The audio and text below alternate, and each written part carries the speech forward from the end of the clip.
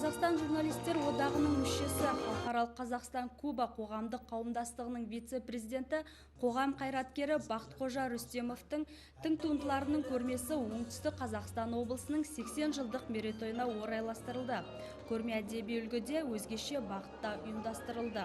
Еліміздің тәуелсіздігінің арқасында мәдениет саласында қандай жетістіктерге жетіп жатырмыз деген сұраққа жауап бүгінгі менің көрмем. Бүгінгі көрмемді мен біздің өзіміздің оңтүстік Қазақстан облысының 80 жылдық мерейтойына арнап отырмын. Халықаралық публицистика пионері атанған жазушының 16-дан астам кітабы бірнеше тілде жарыққа шыққан.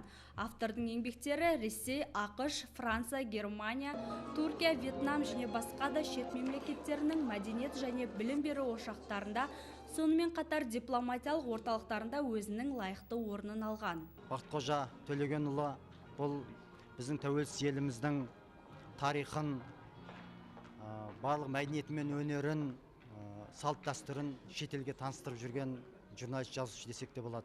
Өйткені бұл кісінің еңбегі тек біздің қазақ тілінде емес, көптеген шет тілінде, орыс тілінде, әзірбайжан, өзбек, қырғыз тілінде, сонымен қатар Америка Құрама Штаттары тілінде, ағылшын тілінде, француз тілінде, мынау Иран, Ирак, араб тілінде де аударылып, сол елдің білімі мен мәдениетінде, сонымен қатар дипломатиялық қарым-қатынастарында қолданып жүр еңбектері. Көрмеге қаламгердің күреспен жеңіс, әлемдік әдебиеттің игілігі, көне жер тарихының сыр шертуі сынды кітаптары, автордың фотосуреттері, шетел дипломаттары, жазушылары мен оқырмандарының тарту еткен кәдесыйлары қойылды.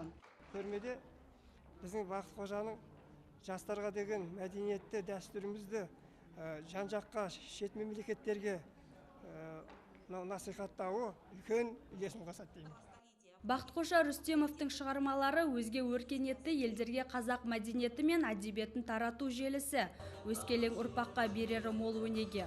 Сондықтан да мұндай игі шаралар келешекте жалғасын таппақ. Ардақ Қожатаева, Нұридил Абитабаров, Дастан Баширов, Оңтүстік ақпарат.